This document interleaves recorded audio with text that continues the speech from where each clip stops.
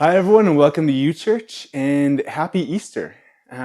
Today, this message is pre-recorded yet again, and I've developed a little love-hate relationship with these pre-recordings because I love it because I get to spend time with Brant and with Eric at a safe physical distance. But I hate it because it's the only time of the week where I'm not wearing sweatpants. So, you're probably wearing sweatpants right now, aren't you? Sipping on your coffee. I can see yours.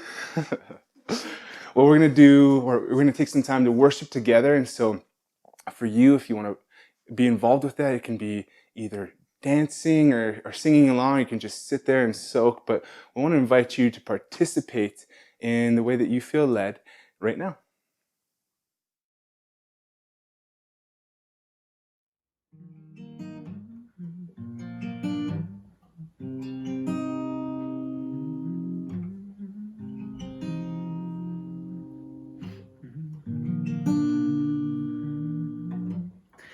Purify my heart, let me be as gold and precious silver.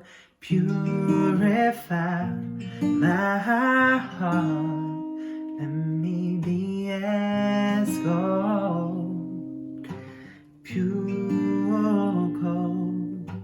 Refine as fire, oh yeah.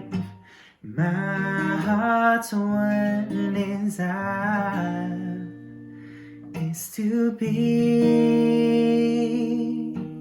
holy, set it apart for you, Lord.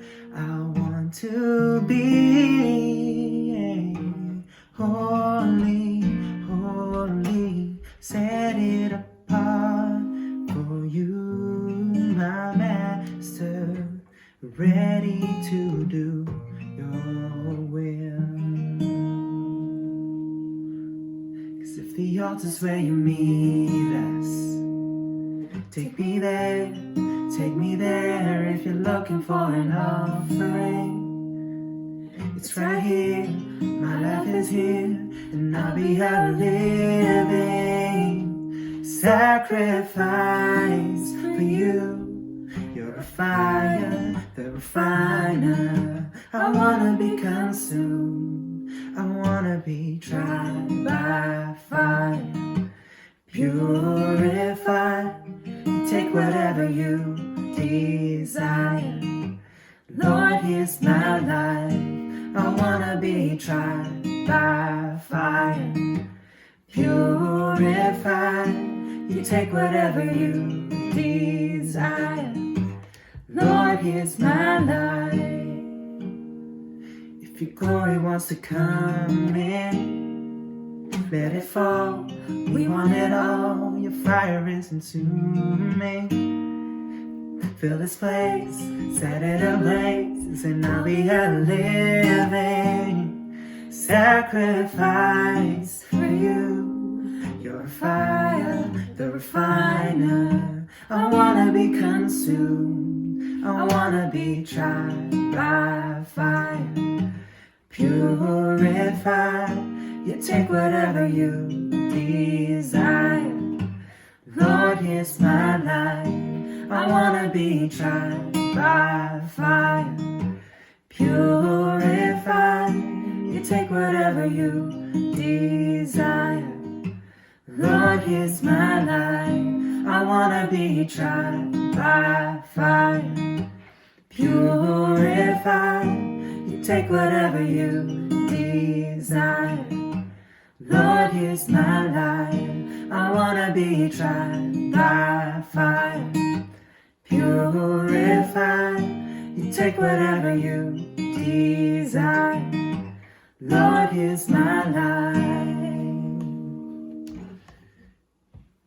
So clean my hands, purify my heart. I wanna burn for you, only for you.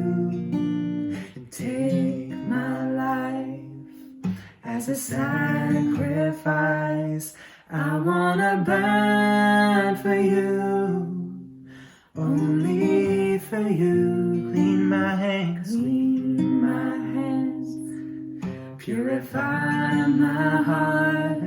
I wanna burn for you, only for you. So take my life as a sacrifice. I wanna burn for you, only for you. 'Cause you're a fire, the refiner. I wanna be consumed. You're the fire, the refiner. I wanna be consumed.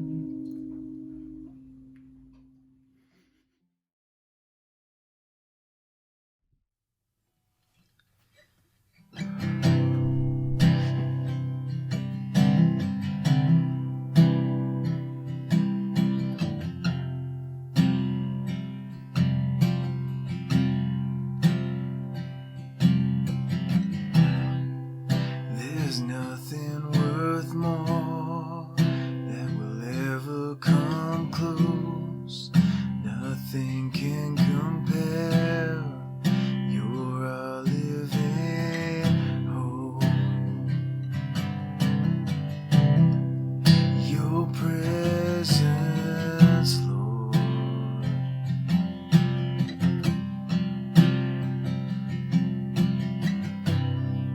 And I've tasted and seen of the sweetest of loves, where my heart becomes free and my shame is undone.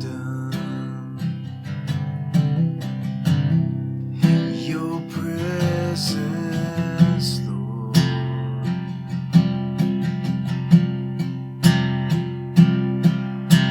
And Holy Spirit, you are welcome here. Come flood this place and fill the atmosphere. Your glory, God, is what our hearts long for, to be overcome by your presence, Lord.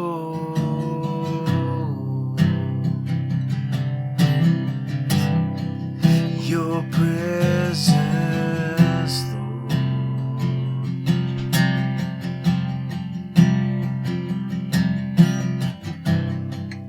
There's nothing worth more that will ever come close.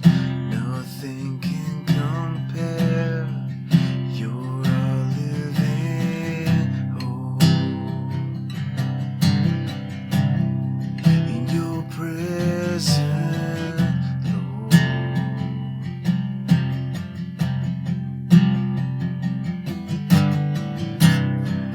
I've tasted and seen of the sweetest of loves, where my heart becomes free and my shame is undone. In your presence, Lord.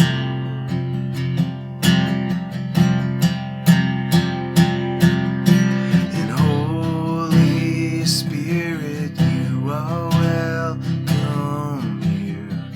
Come flood this place and fill the atmosphere. Your glory, God, is what our hearts long for, to be overcome by your presence, Lord. Holy Spirit, you are welcome here. Come flood this place and fill the atmosphere.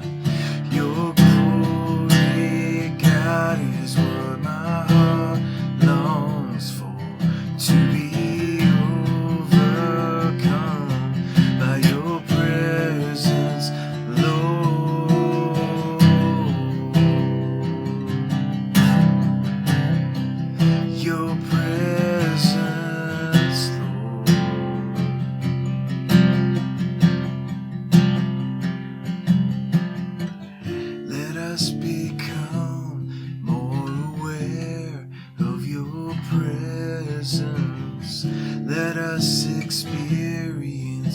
glory of your goodness. Let us become more aware of your presence. Let us experience the glory of your goodness.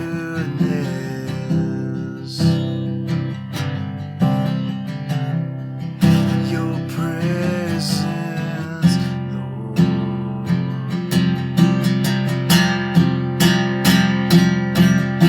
And Holy Spirit, you are welcome here. Come flood this place and fill the atmosphere.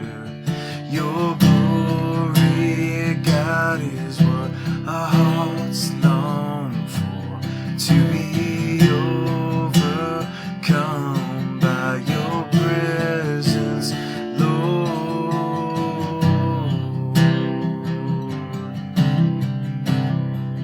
Your presence, Lord.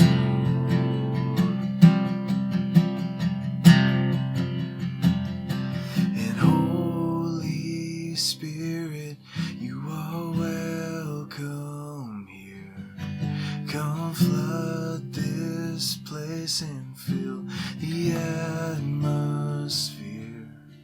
Your glory, God, is what our hearts long for, to be overcome by your presence, Lord.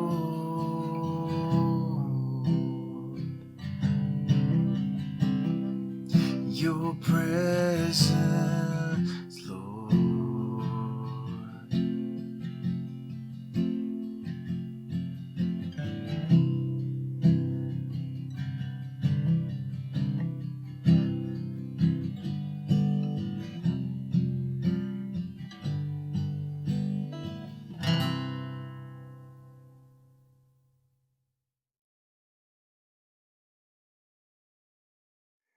Holy Spirit, you are welcome here. We welcome you in our homes right now. We welcome you in this time together, even though we're physically distant. God, I pray that we'd be spiritually close, that you would connect us right now.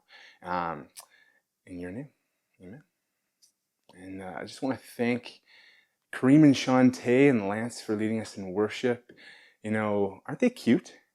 I mean, Kareem and Shantae, Lance too, but not as cute. So guys, thank you so much for doing that. We have a few announcements before we hear a message from our fearless leader. And so I want to draw your attention. We are here. We're on the website. Welcome if you haven't been here. Please take some time to peruse around. We've had a communications team working hard on this for some time, and there's some really great content on this site. On the main page, about halfway down, if you haven't yet, please download the UChurch app. And when you download it, put on post notifications. This is the primary way that we're communicating with you in the moment. If anything changes, we're going to send you a notification. We're not going to spam you, but that's how we're communicating to you right now, in the now. Additionally, if you haven't yet, or if you need to change your email address for this, please sign up on the UChurch newsletter. It's at the bottom of the page, and that's going to be another way that we're communicating with you weekly, and just sending out primary events and other bits of information. Speaking of the website, we recently had Amy in the communications team writing stories about people in our community, just sharing about what God's been doing in their lives and what He's done. And so I want to invite you to take some time to read those after our time together here. They're incredible. So I'd highly recommend taking a look. Also, we're going to do prayer rooms again this week over Zoom. And so when that's going to happen is Thursday from 11:30 to 12:30, right over the lunch hour. And so this is a time to have some one-on-one prayer if you're feeling led or need anything in prayer at all. Just please join us. It was fantastic last week, and we're looking forward to do it again this week. Also, people have been asking us about giving and about the tithe. And so if you're interested in giving, the primary way that we facilitate that is actually through this website. So above where it says giving, just follow the link and it'll give you all the details there. And lastly, after our time together here at noon, we're going to have Zoom rooms again. And so this has been an amazing way to communicate and to connect as a family. So we spend about an hour together. We get to look into each other's eyes. We get to connect at a heart level, hear what's going on, pray for each other. So if you haven't yet, I would really encourage you to come check it out. And if you have, please come back. It's a really great way to connect and see each other, in this time. And so with all of that, I want to introduce the man who made Birkenstocks and socks cool, and then will still be wearing them after they're cool, and through the magic of video editing, Brant Redding. I've risen. Oh my gosh. Am I Greg? Am I Greg? We're having fun. I hope you're enjoying Easter Sunday, all cozied up in your home. So bear with us. I'm going to get through this in 22 minutes. That's the plan. That is the goal. That is going to be a miracle. And some people say, why don't you go longer? Well, this is an opportunity for us to, when we're done this moment, we can break into our groups and do communion together and spend some time and do life looking into each other's eyes. Right now, I don't even get to look at your eyes per se. I get to look into the camera. So I'm looking forward to the groups just as much as anybody. So, and welcome. I know that the last few weeks, people have been jumping in on those Zoom groups after this from different parts of North America and different places. And so welcome. We're not about, quote, UChurch. We're about you are the church. And we are his family. And so the family's all over the world. So welcome to this time. This is a joyous time, right? It doesn't feel like it for some, for obvious reasons. But this is a time we're just going to take some time and just recognize what's going on. What is the uniqueness of this moment? What's happening? And, the heart of God is that we would know him. We were designed and created for relationship. That's why we were created, to be in relationship with him, to be fully connected with him. And I guarantee it's like everybody has different views of what's going on Sundays. We can't gather corporately and celebrate together, and we will at some point be able to do that. But right now we are confined, if you will, to our homes for love for our neighbors and response to what's going on in the world.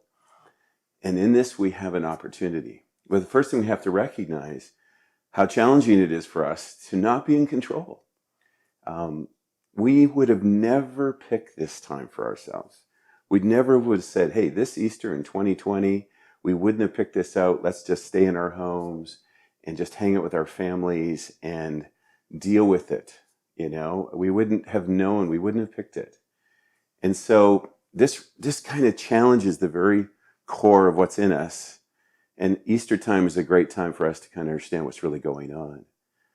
Most of us would have had plans by now. We would have been on a long weekend doing something. We would have been thinking about our summers. We would have been thinking about different things. And all of that's been thrown up. Everything's come to a stop. Everything. And there's such a moment in this. And this Easter, for those who have ears to hear and eyes to see, this is a gift. This is Psalm 46. Beautifully, be still and know that I'm God. This incredible moment. I'm going to take us through a little quick journey. There's so many stories in the Gospels of this season. I'm not going to go through the Luke story, the communion story, any of those stories. We're going to stay in the book of John just really quickly. I just want you to see what is going on, what this whole point is about. This longing to be with him, mostly his longing to be with us, that we could know him in the same way that he knows us. And there's an opportunity in this. I'm going to go backwards. I'm going to start from Acts and come back into John. So in Acts, when Paul, 13 or 14 years after Christ's death and resurrection, he experiences God. And he goes into his solitude time, 3 days of complete blindness as God works on his heart. And then 3 years on the backside of the desert. And he's there experiencing him. He tells us the first book written, the first letter written in the New Testament is the letter he wrote to the Galatians. And he says, everything that I've learned has come from a revelation to the revelation of Jesus. He physically had never met him, but everything came to him in that place. Just because he wasn't an apostle or a disciple with Jesus doesn't mean he didn't get it, and that's true for us. We can get so much. He's talking to people who don't get it, and he says he's leading them to see the immensity of God's love. And he's talking to them in Acts, and he says, let's connect the dots. He knew this now, that God knew you, Jeremiah 1:5, before you were even in your mother's womb. He's starting to get an understanding of the amazingness of God's love. Psalm 139, he would have read that. I have put you together in your mother's womb. I knew the days on the planet. I knew what was going on in your heart. And the writer of Psalm 139 just says, look at my heart, see if there's any unclean way in me. I want to experience this. I want all the blocks removed. One of the Psalms talks about who's going to go up to this holy mountain? Who's going to enter into him? Those who have clean hands and a pure heart. Interesting enough, how much time we've been told. I've washed my hands more times in the last 3 weeks than I have probably in 10 years. And they say, well, just do the happy birthday song. And you know what? It works just as well as the Lord's Prayer. And it just seems much more convenient for me to kind of go through that. And just every time, it's amazing how many times you wash your hands in a day and you're like, okay, I'm being reminded. So Paul says something to these guys in Acts. And I want you to listen to this because this fits in with what we're in right now. Not only is it Easter, but we're in the middle of Passover. And I'm going to connect the dots for a second. So Acts 17, he's talking to the people that don't know God. And he says, God has made this world and everything in it. He is Lord of heaven and earth. He does not dwell in temples made with hands, nor is he worshipped with men's hands, as though he needed anything. Since he gives all life, all breath, and all things, and he's made from one blood every nation for man to dwell on the face of the earth, and he has determined their pre-appointed times and the boundaries of their dwellings. It's an important word, dwellings. So that they should seek the Lord in the hope that they might reach out for him and find him, though he is not far from each or any one of us. For it's in him we live and move and have our being. It's in him. That's why we were created, to be in him and us. That's the garden. That was the garden where Adam and Eve were at in the beginning. And they walked with him in the cool of the day. And that's the place that we're coming back to. And in the Garden of Golgotha, in that garden, is where it all comes back together. That's why this is what Paul is saying. He's trying to get their attention that, hey, he's not far from you. And he's put you on the planet at this time. He knew where you'd be. He knew the dwellings. He knew who you'd be living beside. He knew what country you'd be in. He knew everything about us. In the hopes, Paul says, that we would start to reach out. Let's go to Passover for a minute. Exodus 12. If you're a family, I encourage you to do something this Easter. We have time. Read Exodus, just chapter 12, and then jump over to John, from John 13 to John 20, and read it through as a family. Throw in parts of Luke if you want, the Last Supper and things like that. But read through and have different people read it out loud. Why wouldn't we do this? Shut down Netflix. Shut down the things for a bit. Let your kids, if you're alone, pull up a FaceTime and do it with someone else. And just actually do that together. Spend time in the Word through the story and listen to it. Not just read it and go to an Easter service because we can't. But enjoy, go into the story, feel what it feels. It was written by these guys because it so powerfully changed their lives. You and I are here today because they went from scared, timid fishermen and tax collectors and such to bold enough that their lives, they had no problem giving their lives away. And we're enjoying now this. So I encourage you to do that. In that, you're going to find some things as you read through the story. One of the things in Exodus 12 is recognizing that the Passover was literally the passing over, obviously, of all of God dealing with those. He's dealing with the God of Egypt. He's not dealing with people. He's dealing with the God of Egypt, but he wants his people to be protected, even foreigners. And they are what? Refined and confined to their dwellings as family units. And they're in those moments. incredible moments. The group's families got together, they hung out together, and they had a chance to be, it was a scary time. Let's face it, for some people around the world, this is a scary time.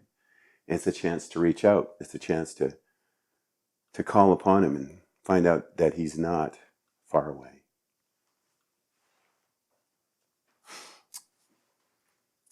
Psalm 46:10, be still and know that I'm God.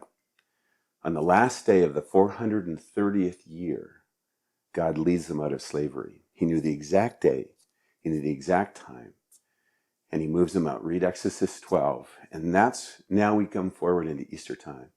We get to John 13. In the beginning of John 13, Jesus says this, and this is what's written down by John, and he says, just before the Passover celebration now, Jesus knew his hour had come to leave the world and return to his Father. And now he showed the disciples the full extent of his love. He wants them to experience the reality of why it's all coming together. From the beginning of time, God has created us to be his children, to be with him with us. And that got lost. The fall ended that, if you will. And now this is the culmination. God has been working through time and history to bring it all back together. And here's Easter to bring it all back so we can be with him. And so he's going to show them the full extent of his love. Well, he said, I only do what I see my Father doing. So the Father is going to love them through him. He's actually fathering, if you will, the disciples. In John 13, and I'm just going to rip through some of these scriptures and take us to the moment. But John 13, lots of things are happening, lots of conversations. First thing he does is he strips down and he washes their dirty, mucky, messy, totally manure-covered feet. Nobody else had done it. Nobody else had offered to do it, but he does it. And then he stops and he says, you don't understand now what I am doing, but someday you will. It's very interesting. And he tells them, you ought to actually wash each other's feet. I've given you an example to follow. Do as I've done for you. Things are starting to be put into their hearts. They don't really know yet that this is going to be the Last Supper until after the resurrection. They don't know he's going to the cross. They don't know he's going to die. They actually are hoping he's going to, quote, save the world politically. And they have all their hope in him, in a physical transformation.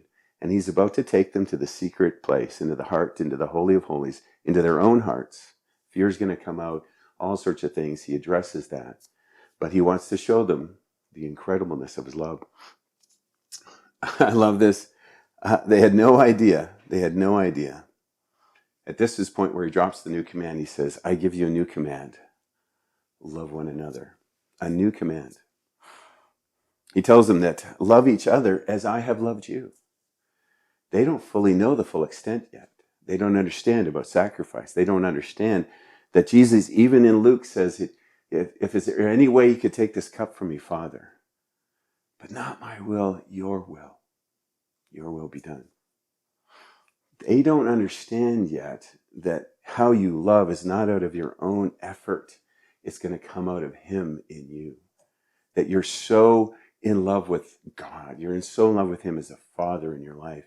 Because you know his love towards you, it will allow you to have freedom. Freedom to be free from all these things. For Christ set us free for freedom's sake. This is what we're beginning to, they're about to see this. They don't know it. That's why the story is so amazing at Easter, is we get to journey with them because we're in the same journey. He says to them, don't let your hearts be troubled. In my Father's house are many rooms. I'm going there to prepare a place for you, and I will come and I'll bring you to where I am. There's a long conversation in John 13, and they're trying to figure out, where are you going, and why can't we come? And we've given up everything for you, Peter says, and we can't come. Why not? And he says, you can't come, but you will be able to come later. But they think it's a destination. They think it's something. They don't know it's his heart. They don't know they're going into the Father. They don't know yet of what's going to happen to them. And he's leading them as far as he can to the point so they can understand. We get to John 14, and he says, I'm going to go, but I'm going to ask the Father to send an advocate, a counselor, a comforter, who will never leave you. Here's a promise. He is the Holy Spirit, who leads into all truth. The world cannot receive him because he isn't looking for him. They're not looking for him. And they don't recognize him. But you know him. They're going, what? We know him? You know him because he lives with you. He's around you. And later, he'll be actually in you. This must be blowing their minds. And he says, no, I will not abandon you as orphans. I will come to you. I will come to you. I'm sure they were feeling like, what, you're leaving us after 3.5 years and what's going on? We don't know where you're going. They don't fully get all this. This is all written down later. So they're writing back and remembering what their hearts were like.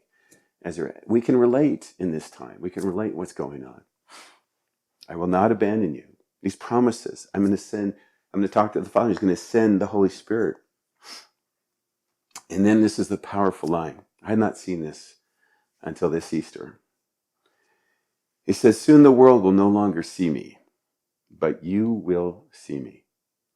Since I live, you also will live. When I am raised to life again, you will know that I am in my Father, and you are in me, he says, and I am in you. That's the moment. That's the moment a seed is planted in their hearts. The thing they're longing for, this connection, this peace, this security that they thought was going to be external is now coming internal. He's now promising, when you know I'm going to be, when you see me alive again, they don't even know he's going to die. And he says, you're going to see me alive again, you're actually going to know I'm in my Father and I am in him and he is in you. I'm in you and you're in me. Oh, it's just this incredible picture. He says, now when the Father sends his advocate, the Holy Spirit, he will teach you everything and will remind you of everything that I've told you. This is all written down because the Holy Spirit reminded them of the moments that they went through, the conversations they had, the experiences of their heart. In this pandemic time, when we are caught in our homes, in our dwellings, trying to figure out how to control our boredom, trying to figure out what we're supposed to do, our plans, our future, our worries. He's saying, hang on. I'm coming into you. I'm coming into you. I've always been here. I'm longing to spend time with you. This is why I made you. We can go there. And he's going to remind you, when you take those moments, he's going to remind you of what he's spoken to you along the way. He's going to remind you that this moment is a gift, despite all the carnage, despite all the fear going around in the world.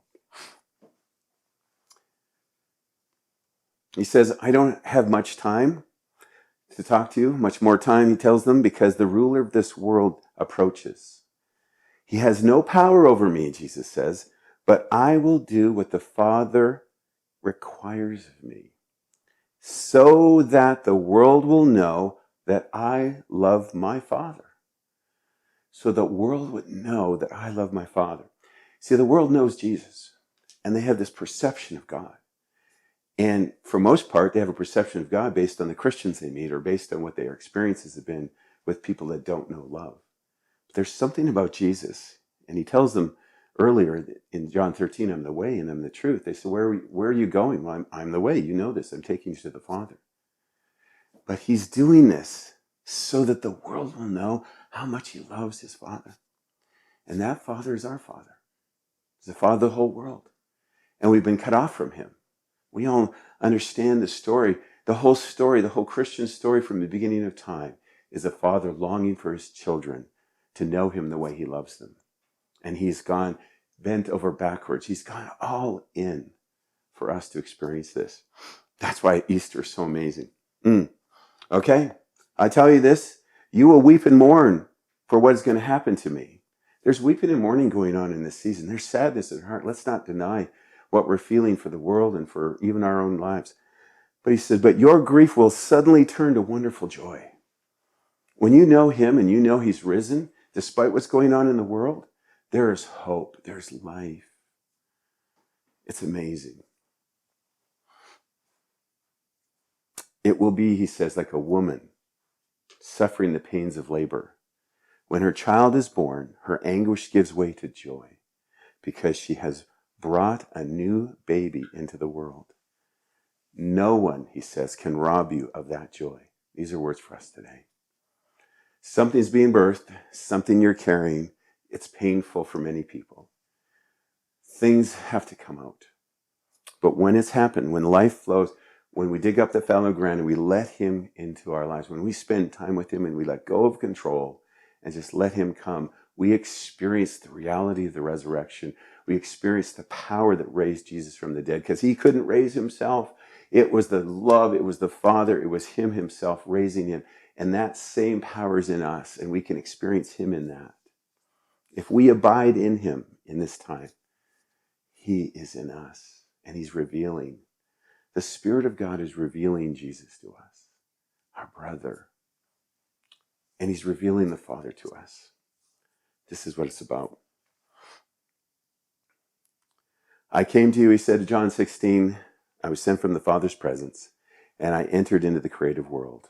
And now I will leave this world and return to the Father's side. Then we have, and we're ending with this, his last prayer. In John 17, he's now praying. And what's beautiful about this is it's been overheard.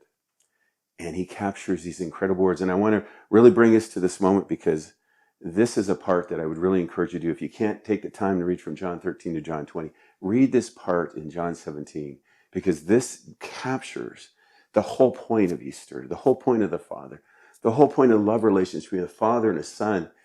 1 John 3:16 says that we know the sacrifice. The Father sacrificed his Son, and the Son willingly sacrificed. Why? Because he so loves us. He starts off and he says, Father, I have completed the work you gave me to do. I've done everything you gave me to do. I've manifested your name. I've revealed you to the world. And he's not been crucified yet. He's not died yet. In his life, he's revealed the nature of Yahweh, our Father. We call him Father 165 times. And we kind of use that term like, oh, Father, Father. But he's revealing to a group of people at that time that had no concept of God being like that. The heart of God is that we would know him. The heart of Jesus in this place, in this prayer, is that we could have the same depth of relationship with God that he has. He is now at the point realizing his whole life is coming to this place, that in this moment, in this pain, in this suffering that he's going to go through, is so that people could experience the same life, that all his children could come home to him, that all the blockages are removed, the barrier's gone, and he can come into us and us into him. This is why that we go through the same suffering of letting go of our rights, of letting go of our perceptions, so that we too can be the answer to people's prayers. When you looked at Jesus, he said, when you looked at him, Hebrews 1 and Colossians 1 says you saw the perfect representation of God, of the Father. And the same things happening in us. The same things possible for us when people experience us. People are wondering, is this a harvest time? And are we supposed to go out and knock on doors and invite people into? Hey, guess what? He's in us.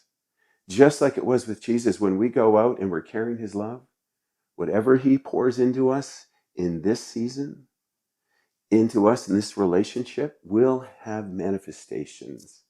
It will come out in peace and patience and goodness and kindness. And we'll be motivated to sacrifice for others. But let me read this, okay? John 17. Here it is. At the end of his prayer, he says this. Listen to this. I am praying not only for these disciples. I'm praying for all of us, all of those who will ever believe in me through their message. That's you and us. You and us, you and me. That's all the couple of billion Christians on the planet, or whoever more who believes in their heart. This prayer is for us. It's not like it was in the past, it's for now. This prayer lasts. Everything that Jesus prays, he's sitting at the right hand of the Father, still praying, still interceding, still standing in the gap for us, that we would see this and get this. He says this, I pray that they will all be one. Just as you and I are one, he says. As you are in me, Father, and I am in you, and may they be in us, so that the world will believe you sent me. This oneness in us, in this, that's how the world will know. I have given them the glory you gave me, so they may be one as we are one. I am in them, and you are in me. May they experience such perfect unity that the world will know that you've sent me and that you love them as much as you love me. Father, I want these whom you have given me to be with me where I'm at. Then they can see all the glory you have given. You gave me because you loved me even before the world began. O righteous Father, he says, the world doesn't know you, but I do. And these disciples know you sent me. And I have revealed you to them, and I will continue to do so. Then your love for me will be in them, and I will be in them. Here's passion. Here's heart. Here's desire. This is what Easter is about. His willingness to go to the cross and for the trust that him when he became all sin, it says. He knows what we feel. He knows what it's like to be separated. And in that moment, he now experiences what most of us have grown up experiencing. Where is God for us? Where is he? And there's moments in our life we're confined to things, our dwellings, so that we could reach out and find him. And he's not far from any of us. Because that's how we live and move and have our being. We know that intuitively. And now we can experience him. The curtain's gone. Everything's taken away. A word for us at Easter. Go to joy. Have fun. Read these stories. And take time as a family. I don't know who leads in your family, whether it's combination father and mother. But take the time with your family. This is an Easter where he stopped all the stuff going on around us. Try not to pick a Disney movie just to, hey, it's Easter. Let's go. Take a moment and don't make it heavy. This is joy-filled. This is a moment. And I guarantee your children will experience him if you make space for it. Because your hearts believe. This is a unique moment. Stop running. He's saying, I want to connect with you. There's so many good things I have for you. Will you forsake other things in this season? Because what I want you to experience in this season is me. He wants you to experience him. So when all this ends, you're going to know security. You can know security in him no matter what's going on around. And it will come through you. He wants you to know joy. The joy of him loving you. He's so jealous for us. He's so committed to this.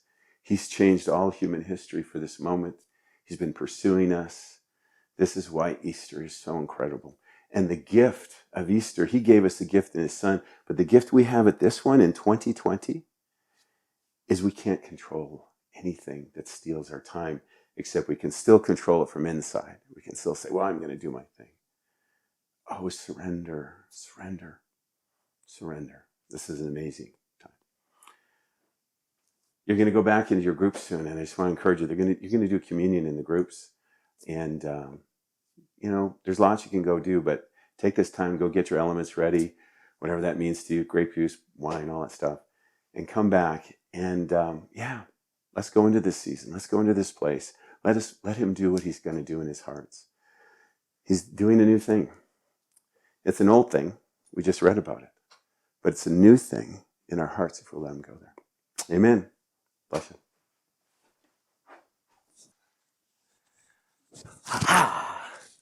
As Brant mentioned, we're taking time to do Zoom rooms here as a family. It's going to start at noon. If you have questions about it, look at the post on the website. It's going to have everything you need in there. If you have questions about it, there's a password that's required. All the information, including the password, are in the post. Zoom is doing that because they've been hacked multiple times on other people's Zooms, but we want to make sure we're secure as a family, so that's why it's there. Brant mentioned that we're doing communion as a family. And so just take this time right now. We're starting at noon, so gather your elements, whether it's grape juice or wine, or whether it's a cracker or bread. It doesn't matter, because the heart of communion is to remember who Jesus is and what he's done for us. And so we just want to do that together as a family, and we're going to take the time to do that together on Zoom. We're looking forward to seeing you. God bless, and we'll see you soon.